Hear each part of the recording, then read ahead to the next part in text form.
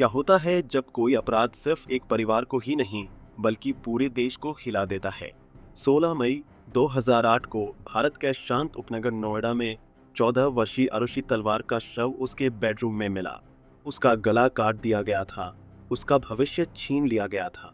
सबसे पहले शक परिवार के साथ रहने वाले घरेलू नौकर हेमराज पर गया, जो लापता था। लेकिन अगले ही दिन उसका शव छत पर मिला। उसका गला भी उसी तरह कटा हुआ था, बिल्कुल उसी तरह जो दोहरे हत्याकांड से शुरू हुआ। वह जल्द ही भारतीय इतिहास की सबसे विवादास्पद जांचों में से एक बन गया। पुलिस, सीबीआई और अदालतों ने परस्पर विरोधी कहानियां दी। माता पिता पर आरोप लगाए गए, नौकरों पर आरोप लगाए गए, यहाँ तक कि मीडिया ने भी अभियोजक की भूमिका निभाई। लेकिन एक दशक से भी ज्यादा समय बाद कोई भी निश्चित रूप से नहीं कह सकता आरुषि और हेमराज की हत्या किसने की। यह सिर्फ एक अपराध की कहानी नहीं है, यह जांच की विफलताओं, चरित्र हनन और एक अनसुलझे रहस्य की कहानी है। और यह है सच्ची बात। तलवार परिवार। तलवार परिवार नोएडा के जलवायु विहार में रहने वाला एक सम्मानित उच्च मध्यम वर्गीय परिवार था। D.R. राजेश तलवार एक सफल दंत चिकित्सक, फोर्टिस अस्पताल में विभागाध्यक्ष और व्याख्याता। डॉक्टर नूपुर तलवार भी एक दंत चिकित्सक हैं, अपने पति के साथ एक क्लिनिक चलाती हैं। आरुषि तलवार उनकी इकलौती संतान, जो वर्षों की कठिनाइयों के बाद पैदा हुई थी। वह हंसमुख, बुद्धिमान और अपने माता पिता की लाडली थी। त्रासदी के ठीक 9 दिन बाद वह 14 साल की होने वाली थी। परिवार में एक 45 वर्षीय हेमराज पंजाजे भी रहते थे, जो मूल रूप से नेपाल के रहने वाले थे। वह वर्षों से उनके साथ घर के काम संभाल रहे थे। 15 मई को सब कुछ सामान्य लग रहा था। राजेश रात लगभग सुबह के 9:30 बजे घर लौटे। रात का खाना परोसा गया और बाद में माता पिता ने आरुषि को जन्मदिन से पहले एक नया सोनी डिजिटल कैमरा उपहार में देकर सरप्राइज दिया। आरुषि अपने माता पिता के साथ अपनी तस्वीरें लेते हुए बहुत खुश थी। आधी रात तक परिवार सो चुका था। आरुषि अपने कमरे में चली गई, हेमराज अपने नौकरों के कमरे में और राजेश और नूपुर अपने बेडरूम में। किसी ने सोचा भी नहीं था कि कुछ ही घंटों में इस घर में 2 जिंदगियां बेरहमी से नत्म हो जाएंगी। सुबह की खोज 16 मई 2008 की सुबह किसी भी आम दिन की तरह शुरू हुई। लगभग सुबह के 6 बजे परिवार की नौकरानी भारती मंडल ने दरवाजे की घंटी बजाई। आमतौर पर हेमराज दरवाजा खोलता था, लेकिन इस बार किसी ने जवाब नहीं दिया। बार बार कोशिश करने के बाद नूपुर आखिरकार प्रकट हुई और उन्होंने सिर्फ अंदर का दरवाजा खोला। उन्होंने बताया कि बाहरी लोहे का दरवाजा बाहर से बैंड कर दिया गया था, शायद हेमराज ने, जो शायद जल्दी बाहर चला गया होगा। उन्होंने बालकनी से डुप्लीकेट चाबी भी नीचे फेंकी। जब भारती ने कोशिश की तो दरवाजा बिना चाबी के ही खुल गया। वो कुंडी से बैंड नहीं था, सिर्फ कंडी लगी थी। अंदर राजेश ने डाइनिंग टेबल पर स्कॉच विस्की की आधी खाली बोतल देखी। कुछ असामान्य। घबराकर वह आरुषि के कमरे की ओर दौड़ा। दरवाजा, जो आमतौर पर रात में बैंड रहता था, आधा खुला था और फिर खौफनाक मनोर आया। आरुषि अपने बिस्तर पर बेजान पड़ी थी। उसका गला सर्जरी से काटा गया था, चादरें खून से सनी हुई थी। राजेश चीखा। नूपुर दौड़कर अंदर आई, दुख से बेसुध। जब भारती अंदर आई तो नूपुर उससे लिपट गई, आरुषि के शरीर की और इशारा करते हुए सिसकते हुए बोली, हेमराज ने मेरी बेटी को मार दिया है। पड़ोसी जल्दी से इकट्ठा हो गए। जल्द ही पुलिस आ गई, लेकिन इस अफरा तफरी में दर्जनों लोग अपार्टमेंट में घुस गए, जिससे अपराध स्थल दूषित हो गया। सबूत हमेशा के लिए खो गए। इस समय सारा शक लापता नौकर हेमराज पर गया। पुलिस का अनुमान था कि उसने आरुषि की हत्या की और नेपाल भाग गया। उसे पकड़ने के लिए इनाम भी घोषित किया गया था।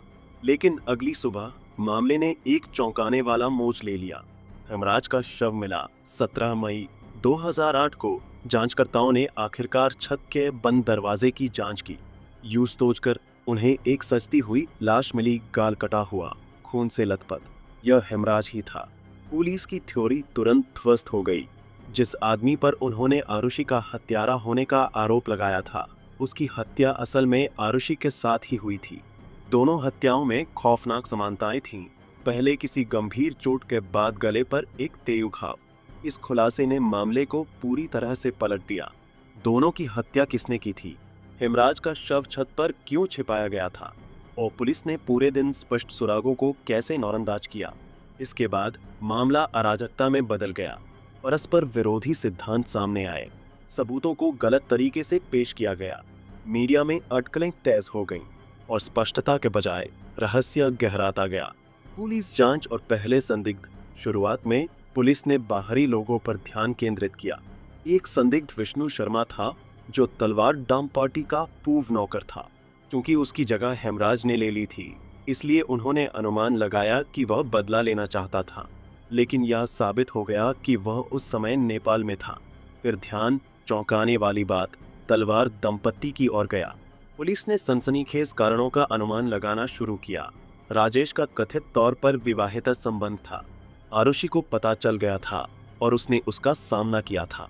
या इससे भी बदतर, पुलिस ने आरुषि और हेमराज के बीच अनुचित संबंध होने का संकेत दिया था। एक ऐसा दावा जिसने पूरे देश को आक्रोशित कर दिया। पुलिस महानिरीक्षक ने सार्वजनिक रूप से घोषणा की कि राजेश ने आरुषि और हेमराज को आपत्तिजनक स्थिति में पकड़ा और गुस्से में आकर दोनों की हत्या कर दी।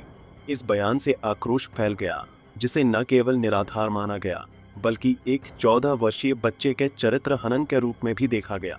राजेश को 23 मई 2008 को गिरफ्तार किया गया। नूपुर से गहन पूछताछ की गई, लेकिन ठोस सबूत गायब थे। हत्या का कोई हथियार बरामद नहीं हुआ, न ही उंगलियों के निशान मिले और न ही डीएनए से उनका कोई संबंध पाया गया। जांच शुरू से ही लापरवाह थी। घटनास्थल को रौंदा गया था, खून से साने सबूतों को साइन किया गया था। अंगलायन के निशान और जूतों के निशान बेमेल थे। यहाँ तक कि खून के धब्बों वाली विस्की की बोतल को भी ठीक से नहीं संभाला गया था। जैसे जैसे जनाक्रोश बढ़ता गया, मामला केंद्रीय जांच ब्यूरो सीबीआई को सौंप दिया गया। सीबीआई का मोड़। जून 2008 में जब केंद्रीय जांच ब्यूरो ने कार्यभार संभाला, तो कई लोगों का मानना था कि सच्चाई आखिरकार सामने आ जाएगी। सबसे पहले एजेंसी ने माता पिता को सीधे तौर पर शामिल होने से मुक्त कर दिया और शक घर से जुड़े 3 लोगों पर केंद्रित कर दिया। कृष्ण, राजेश तलवार का क्लिनिक सहायक, राजकुमार, तलवार दंपत्ति के दोस्तों द्वारा नियुक्त एक नौकर, और विजय मंडल, एक पड़ोसी का घरेलू सहायक। इन लोगों का झूठ पकड़ने वाले परीक्षण और नार्को विश्लेषण किया गया। बेहोशी की हालत में उन्होंने नाटकीय लेकिन विरोधाभासी बयान दिए। एक संस्करण में दावा किया गया कि कृष्ण ने आरुषि की हत्या तब की जब उसने उसे राजेश के खिलाफ साजिश रचते हुए सुना था। एक अन्य मामले में राजकुमार द्वारा उस पर हमला करने की कोशिश का वर्णन किया गया था और बाद में यूज चुप कराने के लिए हेमराज की हत्या कर दी गई थी। हर कहानी पिछली कहानी से मेल नहीं खाती थी और किसी के पास ठोस सबूत नहीं थे। डीएनए नमूने मेल नहीं खा रहे थे, उंगलियों के निशान गायब थे और समय सीमाएं बिखरी हुई थी। 2009 तक तीनों पुरुषों को रिहा कर दिया गया। 2010 में सीबीआई की एक नई टीम ने मामले की फिर से समीक्षा की। इस बार ध्यान फिर से आरुषि के माता पिता पर केंद्रित हो गया। जांचकर्ताओं ने सुझाव दिया कि उसका कमरा साइन किया गया होगा।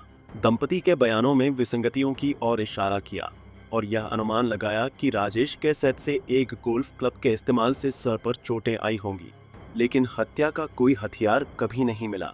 सीबीआई ने अंततः एक क्लोजर रिपोर्ट दायर की, जिसमें स्वीकार किया गया कि किसी को भी दोषी ठहराने के लिए पर्याप्त सबूत नहीं थे। फिर भी एक चौंकाने वाले मोड़ में रिपोर्ट में राजेश और नूपुर तलवार को संभावित हत्यारे के रूप में नामित किया गया, जिससे पूरा भारत स्तब्ध रह गया और रहस्य अनसुलझा रह गया। मुकदमा और फैसला। कम और सबूतों के बावजूद मामले की सुनवाई हुई। 2013 में एक विशेष सीबीआई अदालत ने राजेश और नूपुर तलवार दोनों को दोषी ठहराते हुए आजीवन कारावास की सजा सुनाई। इस फैसले ने देश को विभाजित कर दिया। कई लोगों को लगा कि माता पिता एक दोषपूर्ण जांच और मीडिया ट्रायल के शिकार हुए हैं। दूसरों का मानना था कि वे सच्चाई छिपा रहे हैं। 4 साल तक तलवार दंपत्ति जेल में रहे और अपनी बेगुनाही की लजाई लजते रहे। अंततः 2017 में इलाहाबाद उच्च न्यायालय ने सबूतों के अभाव का हवाला देते हुए और जांच में हुई चूक की आलोचना करते हुए उन्हें बारी कर दिया। अदालत ने घोषणा की कि अभियोजन पक्ष संदेह से परे अपराध साबित करने में विफल रहा। हत्याएं अनसुलझी रहीं। यह मामला आज भी भारत को क्यों परेशान करता है? आरुषि हेमराज दोहरे हत्याकांड का मामला सिर्फ 2 लोगों की जान जाने की कहानी नहीं है। यह इस त्रासदी के सामने पूरी न्याय व्यवस्था के लचक जाने की कहानी है। पहली सुबह से ही गलतियां बौझने लगी। अपराध स्थल पर पड़ोसियों और पुलिस के आने जाने से हचकंप मच गया। महत्वपूर्ण सबूत कभी इकट्ठा नहीं किए गए या इससे भी बदतर उन्हें नष्ट कर दिया गया। तथ्यों पर ध्यान केंद्रित करने के बजाय जांचकर्ताओं ने अटकलों को कहानी गढ़ने का मौका दिया। ठोस सबूतों की जगह बेतुके सिद्धांतों ने ले ली। पुलिस अधिकारियों ने लापरवाह, अपुष्ट बयान दिए और मीडिया ने उन्हें राष्ट्रीय सुर्खियों में ला दिया। नतीजा स्पष्टता नहीं बल्कि अराजकता थी। एक 14 साल की लड़की जिसके आगे पूरी जिंदगी पड़ी थी और एक वफादार घरेलू नौकर जिसने वर्षों तक एक परिवार की सेवा की थी, दोनों की बेरहमी से हत्या कर दी गई। फिर भी लगभग 2 दशक बाद भी उनके हत्यारे अज्ञात हैं। उनके परिवार बिखर गए। आरुषि के माता पिता बारी होने से पहले वर्षों तक जेल में रहे, जबकि नेपाल में हेमराज के परिवार को बिना किसी जवाब या समाधान के छोड़ दिया गया। यह मामला भारत को परेशान करता रहता है क्योंकि यह एक गहरी बात को दर्शाता है। जब संस्थाएं विफल हो जाती हैं तो सच्चाई की नाजुकता। यह हमारे सामने कई सवाल छोड़ जाता है। क्या बाहरी लोगों ने हत्याएं की? क्या नौकरों पर गलत आरोप लगाए गए थे? क्या माता पिता मीडिया ट्रायल के शिकार हुए थे? या क्या सच हमेशा के लिए गलतियों और लीपापोती की परतों के नीचे दब गया था? सबसे दुखद सच्चाई यह है, आरुषि और हेमराज को कभी वो न्याय नहीं मिला जिसके भी हकदार थे।